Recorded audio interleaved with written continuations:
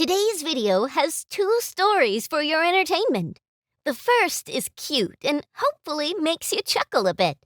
But be warned, the second turns a bit scary. Let's dive right in. Story 1. The time I convinced my friends to prank call my mom. So let me tell you about this epic prank that went down when I convinced my buddies to help me prank call my mom. It was legendary, but also a little bit crazy. It was before caller ID, so we were free to make prank calls and not worry about it.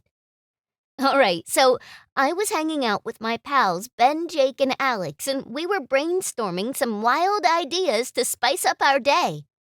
That's when it hit me. Why not prank call my mom? She's super chill most of the time, and I knew it would be hilarious. But here's the thing. My mom is like a detective when it comes to identifying voices on the phone. So we had to come up with a foolproof plan. We gathered in my room, whispering like secret agents plotting a mission. Ben was the master of impressions, so he volunteered to disguise his voice and pretend to be a pizza delivery guy. Jake had a knack for cracking jokes, so he was in charge of making the call funny. Alex, well, he was the backup plan in case things went south. We dialed my mom's number, my heart pounding like crazy. Ben put on his best Italian accent, pretending to be from Tony's Pizzeria.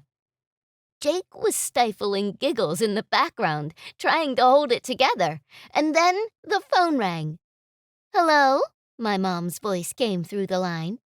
Ben launched into his Italian accent. "Hey, this is Tony from Tony's Pizzeria. We got a special delivery for Mrs. Smith." My mom was totally caught off guard, and I could see her eyebrows scrunching up even through the phone. She's usually cool, but this was new territory for her.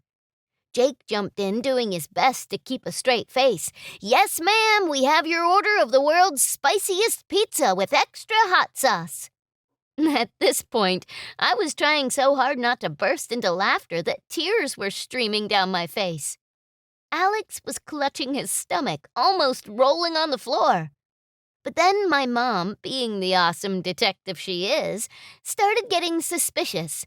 She asked questions like, "Who is this really? And is this one of my son's pranks?" We were sweating buckets trying to keep the act going, but Jake, in his excitement, accidentally snorted loudly into the phone. That was it. We all cracked up, and my mom instantly knew something was up. "Boys, I knew it's you. This isn't Tony's Pizzeria, is it?" she exclaimed. Caught red-handed. We couldn't contain our laughter anymore. And my mom was laughing too, saying we were a bunch of troublemakers. After that, she made us promise never to prank call her again, but she couldn't help but chuckle at our silly antics. We spent the rest of the day hanging out, talking about the epic fail of our prank call. It might not have gone as planned, but it was definitely one for the books. So that's the story of how my friends and I tried to prank call my mom and got caught red-handed. Lesson learned? Never underestimate mom's detective skills, especially when it comes to prank calls. Story 2. Prank call gone wrong. When I was 13, my friends and I thought it was just the coolest thing to prank call people.